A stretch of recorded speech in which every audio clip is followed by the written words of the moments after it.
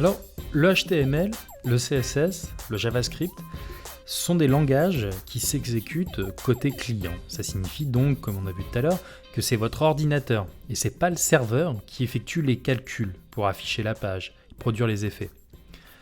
Ça implique que moins l'ordinateur sur lequel s'affiche votre site est performant, plus il aura tendance à ne pas être fluide, à ramer un peu. Donc par exemple, un énorme diaporama avec des transitions gourmandes, un peu farfelues, délirantes, ça sera amené à saccader sur une machine obsolète. Ou alors sur une machine, il y aurait éventuellement déjà quelques programmes gourmands qui seraient en cours d'exécution. Donc il y a plusieurs facteurs qui peuvent alourdir l'affichage d'un site. Il y a le poids des images ou des autres médias, des vidéos, ce genre de choses. Plus les images sont grandes et mal optimisées, c'est-à-dire exportées au mauvais format, plus le site va être long à charger. Ensuite, il y a la quantité de fichiers externes à charger. Vous avez vu tout à l'heure qu'on peut appeler des feuilles de style, CSS, on peut aussi appeler des scripts, JavaScript, et des images, des médias.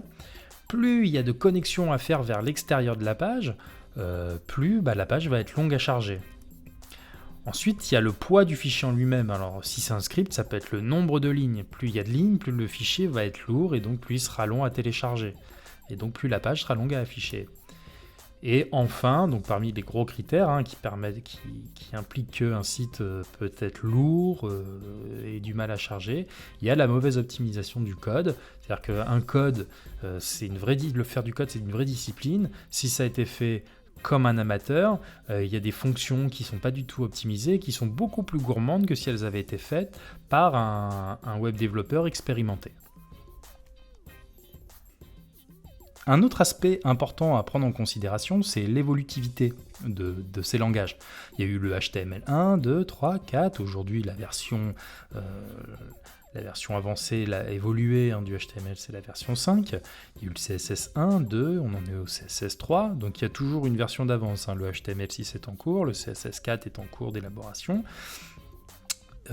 Et donc, pour que ces langages prennent vie, entre guillemets, ces nouvelles versions, les nouvelles fonctionnalités que ces langages apportent prennent vie, il faut que les navigateurs soient équipés pour comprendre, si vous voulez, ces nouvelles fonctions.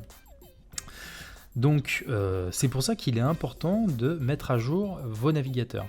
Un site ne s'affichera pas de la même façon. Ça dépend des sites. Un site hyper basique, il y a de fortes chances qu'il s'affiche à peu près pareil sur tous les navigateurs, mais un site un petit peu avancé, il y a de fortes chances qu'il ne s'affiche pas pareil sur Google Chrome et Firefox.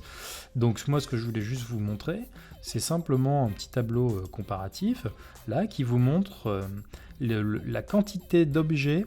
Quand je dis objet, c'est, on va dire, fonction du langage, et là en l'occurrence HTML5, la quantité de fonctions prises en charge par le navigateur. Là, vous voyez que par exemple, Google Chrome prend en considération 526 fonctions du HTML5.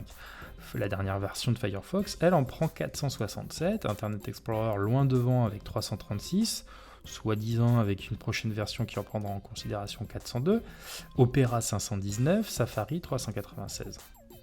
Donc, Chrome a une longueur d'avance, et ça fait déjà quelques temps qu'il a cette position de leader. C'est aussi un business, plus un navigateur est amélioré, plus les gens veulent le choisissent, et donc plus c'est facile pour l'entreprise qui le développe d'obtenir des cookies de votre part, de prendre des analyses de vos comportements, enfin voilà, ce genre d'informations. Donc voilà, c'était un point qui me paraissait être important aussi d'aborder, c'est que un site va utiliser des aspects précis d'un langage, et que si ce sont des aspects trop modernes, il se peut que les navigateurs de vos utilisateurs ne les prennent pas encore en charge. Donc vous, en tant qu'utilisateur, il faut faire les mises à jour pour être sûr d'avoir toujours toutes les fonctionnalités qu'un site offre. Et de l'autre côté, quand on fait un site, il faut essayer de ne pas être trop avant-gardiste, si je puis dire, sur les fonctionnalités utilisées.